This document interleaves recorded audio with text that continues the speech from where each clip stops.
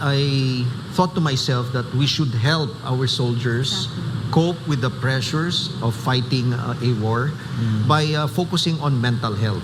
We really need to focus, Pastor, on mental health. Mental health, yeah. In order to help our people. Yes. Yeah. Alam mo, Pastor, when right after the Marawi siege, most of our troops left the area. So on October 17, when the President declared the liberation of Marawi in October 7, 2017, most of our troops already started to leave the area without the benefit of a psychological debriefing. Fighting a war is really very, very intense and very, our soldiers are really pressured, and so it affected them psychologically also. But we did not give them any psychological debriefing. So, in fact, there were some soldiers who were affected mentally because of this.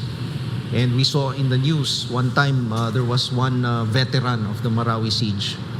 He sort of became depressed, and he started talking to some policemen who were manning a checkpoint. And when they told him to put his hands up, instead of putting his hands up, he reached for something in his bag. So the police thought that he was reaching for a gun. So he was killed on the spot right there. But this is just one incident that proves that our soldiers were really affected because of this because of the war. So I thought to myself that we should help our soldiers cope with the pressures of fighting a war by focusing on mental health. And this time, we are not just helping our soldiers, we are helping also the spouses, mga asawa nila, and yung mga anak nila, especially during the pandemic. A lot of our people were affected mentally and psychologically because of the pandemic.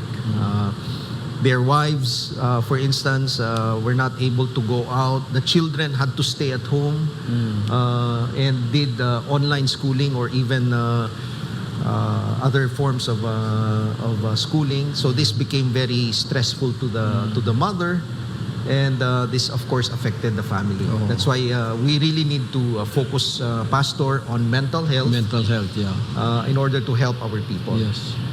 Yeah.